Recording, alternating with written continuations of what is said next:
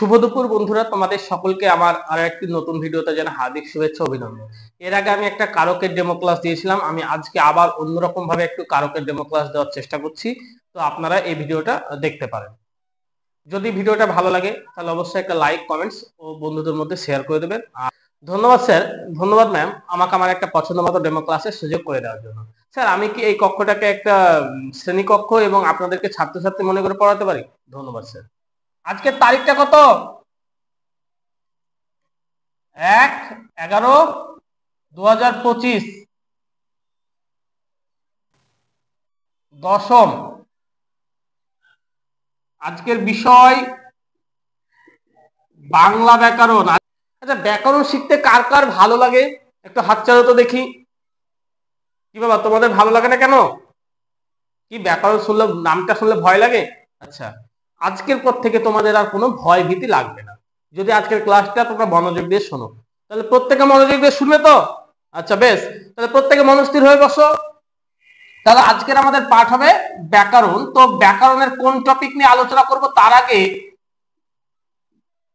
এর আগের দিন আমি তোমাদেরকে ব্যাকরণের কি শিখিয়েছিলাম মনে পড়ছে?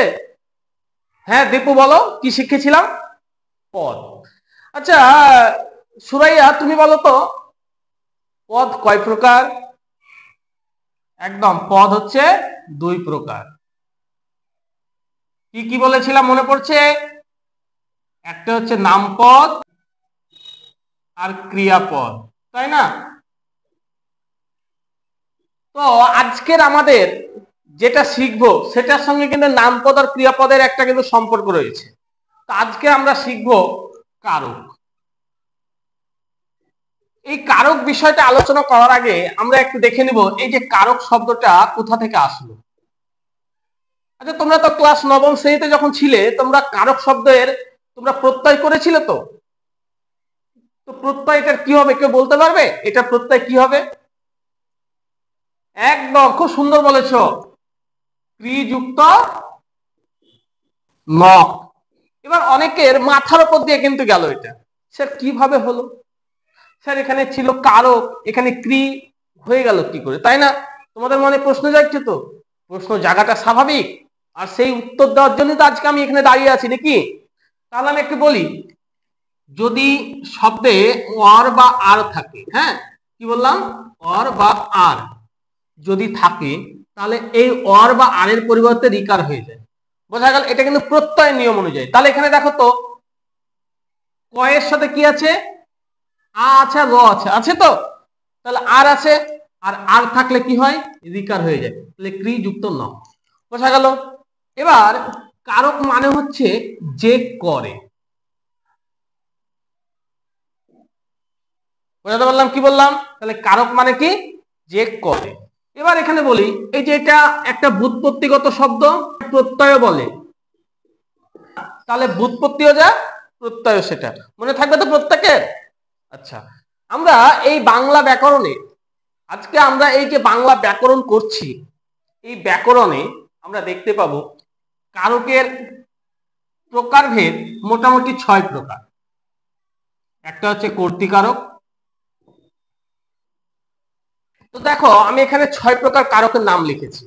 তাহলে আমাদের কারক কয় প্রকার যদি বলে, তাহলে আমরা কয় প্রকার বলবো? দিব কয় প্রকার? একদম 6 প্রকার।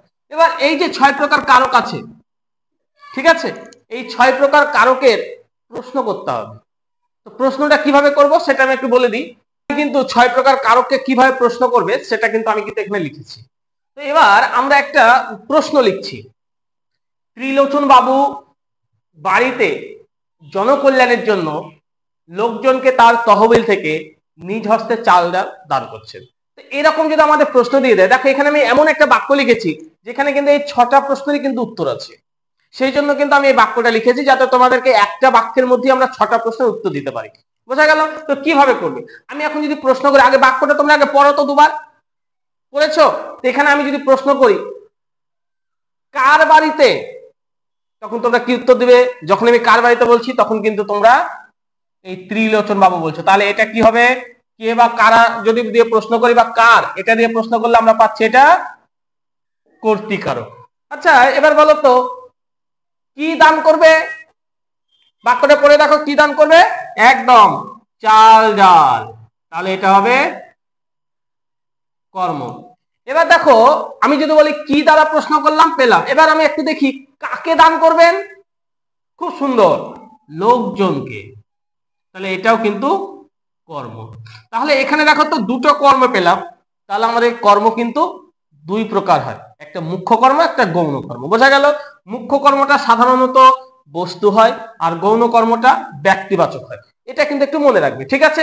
এবার আমি যদি বলি কিসের সাহায্যে দান করছেন, নিজ হস্তের সাহায্যে, মানে হাতের সাহায্যে, তাহলে এটা হয়ে গেল করণ। কিসের জন্য দান করছেন, তুমি কি উত্তর দেবে দীপু? একদম জনকল্যাণের জন্য, তাহলে এটা হয়ে গেল নিমিত্ত। বোঝা গেল? এবার আমি যদি বলি কোথা থেকে দান করছে, তুমি কি উত্তর দিবে? একদম তহবিল থেকে। খুব সুন্দর বলেছো তোমরা, তহবিল থেকে, তাহলে এটা হয়ে যাবে অপাদান।